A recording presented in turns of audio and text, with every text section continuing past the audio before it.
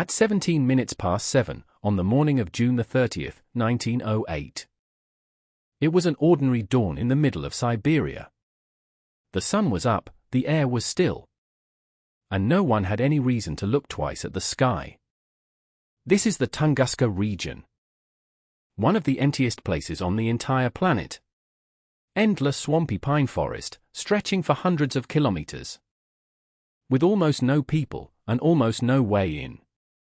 At a small trading post, 60 kilometers from nowhere in particular. A man sat outside in the early light. In a matter of seconds, he would become the closest human witness to the largest explosion in modern history. Because high in the northern sky, something appeared. A column of fire, brighter than the sun itself. Tearing across the heavens and growing larger with every passing second. He later said the whole sky seemed to split in two. And a wave of heat rolled over him so fierce he thought his shirt had caught fire. Then, before he could even stand, an invisible force hurled him from his chair. And knocked him senseless. Out on the open tundra it was the same. Reindeer herders were flung to the ground. And their animals scattered in terror or were scorched where they stood. And then came the sound. A series of deafening booms, like 1,000 cannons firing at once. Rolling across the land. Hundreds of kilometers away, windows shattered and crockery was thrown from shelves. When it was over, roughly 80 million trees had been flattened in a single instant. An entire forest pressed to the ground. Every trunk pointing away from one central point, like the spokes of a giant wheel. I'm Dr.Planstein. This is the Tunguska Event, the day something from space struck the Earth. With the force of 1,000 atomic bombs, and then vanished without a trace. By the end of this video, you will know what we think it was. And just how close it came to erasing a city instead of a forest. The scale is hard to imagine. The blast leveled more than 2,000 square kilometers of forest. An area larger than a major city. And its fingerprints were felt around the world. Seismographs as far away as Britain registered the shudder in the ground. And sensitive barometers everywhere twitched. As the pressure wave in the air raced around the entire planet, not once, but twice. For several nights afterward, the skies over Europe and Asia glowed so brightly that people could read a newspaper outdoors at midnight. Something enormous had happened. The problem was, almost nobody knew what. And here is one of the strangest parts of the whole story. Almost nobody went to look. History got in the way. A world war, and then a revolution, threw the entire country into chaos. And so, for nearly 20 years, the greatest explosion in living memory simply sat there, unexamined, in the forest. Until one man refused to let it go. In 1927, a determined scientist named Leonid Kulik led an expedition deep into the frozen taiga. Certain he would find a massive meteorite and the crater it had blasted into the earth. It nearly killed him. He waded through freezing rivers and bottomless swamps. Tormented by clouds of mosquitoes, running dangerously low on food. It took several attempts across several years just to reach the heart of the blast zone.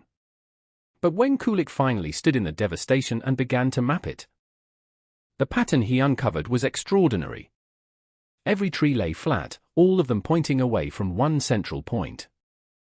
Yet at the very center, where the blast should have been strongest of all, the trees were still standing. Stripped of their branches and scorched black, but upright. Seen from above, the fallen trees formed a vast shape, like a butterfly. Decades later, scientists used that exact pattern to reconstruct the object's path through the sky, and even the height at which it met its end. But something was missing. There was no crater. No giant meteorite, no hole in the ground. Kulik searched for years and found nothing. Whatever did this had never actually touched the earth. So how do you flatten a forest without ever hitting the ground? The answer is as clever as it is unsettling. The object never reached the surface, because it exploded in the air, several kilometers up. It came in at tens of thousands of kilometers an hour.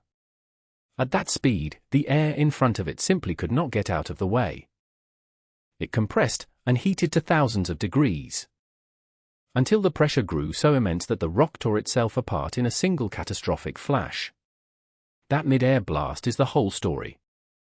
The trees directly below were struck from straight above, so they stayed standing, while everything further out was flattened by the expanding shockwave. No impact, so no crater. But what was it made of? For decades, scientists argued. A stony asteroid? Or a fragment of a comet, a loose ball of ice and dust? That would vaporize almost completely, leaving barely a trace. Today, most lean toward a small asteroid, though the debate has never fully closed. And whenever science leaves a gap, imaginations rush to fill it. Over the years, people have blamed Tunguska on some truly wild things. A miniature black hole, punching clean through the planet. A chunk of antimatter, annihilating itself in the sky. A crashed alien spaceship. Even a secret death ray experiment by the inventor Nikola Tesla. Misfiring halfway across the world. They're fun. They are also completely unnecessary. Everything we actually see, the flattened forest, the missing crater, the glowing skies, fits a natural airburst perfectly. Nature did not need any help being terrifying. Now here is the part that should give you pause. Tunguska was not a freak, once-in-forever event. Rocks this size cross the Earth's path on a regular basis. We were simply lucky about where this one came down. Over empty forest, and not a city. And it was luck measured in minutes. The Earth is always turning. Had that rock arrived just 4 hours and 47 minutes later, it would have exploded directly over the city of St. Petersburg. Now picture it over a modern city at rush hour. A fireball brighter than the sun, a shockwave leveling everything for kilometers. Millions of lives, gone in the time it takes to look up. Instead, the blast fell on one of the emptiest places on Earth. And the world barely noticed.